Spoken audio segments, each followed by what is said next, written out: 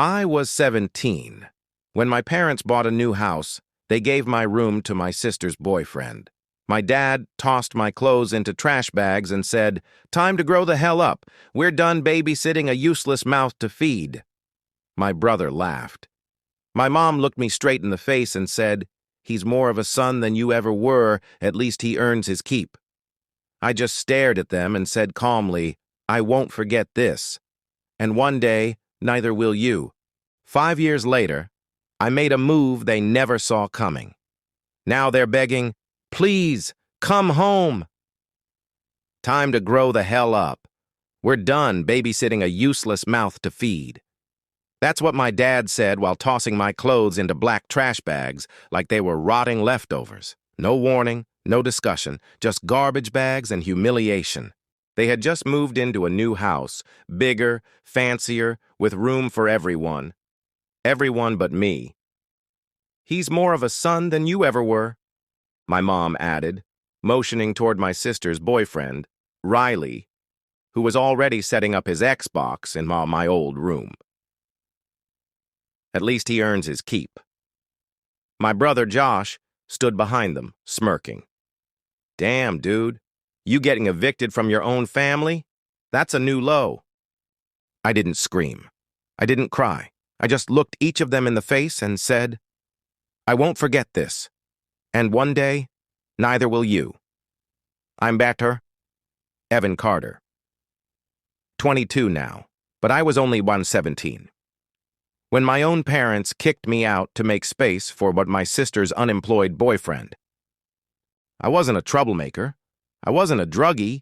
I wasn't some burden. I worked weekends at a grocery store, took care of the lawn, helped raise my little niece, but they'd made up their minds. I was excess weight. Not a child anymore. Not an investment worth feeding. That night, I packed what I could and slept in my car behind a gas station.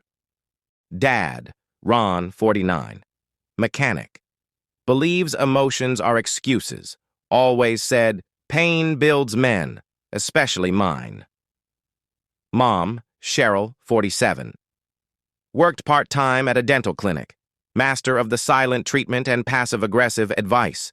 She always stood next to whoever had more power in the room. His sister, Maddie, 24. Golden child. Used to cheat off my homework, then call me slow. She moved Riley in 2 months after dating him. Mom calls him respectful. Brother, Josh, 19. TikTok tough guy. Thinks loyalty is a meme. Laughed when I left. Then took my old hoodie. I bounced between friends' couches for a while. The one person who offered me space? My grandma. My dad's mom. She lived 3 towns over in a creaky house that smelled like cinnamon and old books. She didn't say much, just handed me a key and a clean towel. "You got time," she said. "Use it right." And I did. I worked double shifts, saved every penny, took night classes, built a portfolio, learned coding from YouTube, freelanced for startups. By the time I turned 21, I was managing my own small dev team remotely, and secretly, I never posted about it. Never bragged, but last year, I did something none of them expected. I bought the mortgage on their house, silently, legally, through a third party. And then, I waited. It started with a letter from the bank. Then another. 3 missed payments. Foreclosure pending. New owner requesting full occupancy review. They panicked. I watched Maddie post about it on Facebook. WTF is happening? Our mortgage got sold and now we might have to move? I didn't comment. I just kept watching. Until the eviction notice went out. They didn't know it was me. Not until I showed up, clean cut, buttoned shirt, paperwork in hand, Josh opened the door. His jaw dropped. "No way." Dad came to the hallway. "What the hell are you doing here?" I handed him the papers. "This place is under my name now. You've got 30 days to vacate unless we come to an agreement." Mom's face drained of color. "You can't be serious." "Dead serious," I said. "Remember? I said I wouldn't forget. They tried everything. Mom cried. Dad yelled. Maddie offered to talk like adults. Josh messaged me. Bro, come on, it's not that deep. And Riley? He tried to shake my hand like nothing happened. I didn't flinch. You made me disposable, I told them. Now I own the place you threw me out of. How poetic is that?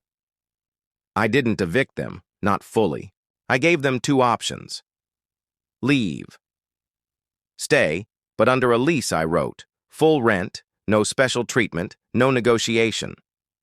They signed the lease in silence. It was never about the money. It was about the message. I rebuilt myself with nothing. And now they lived in a house I let them stay in. Because I wasn't raised to be cruel. I was raised around it. They still call me. Every now and then, Mom sent a text last week. We miss you. Please come home. But I'm already home, in the apartment I designed, paid for, furnished myself. Sometimes I still think about that night, the trash bags, the words, but I don't hate them anymore because I won. Not out of revenge, but out of resilience. They burned the bridge. I built the land around it, yeah.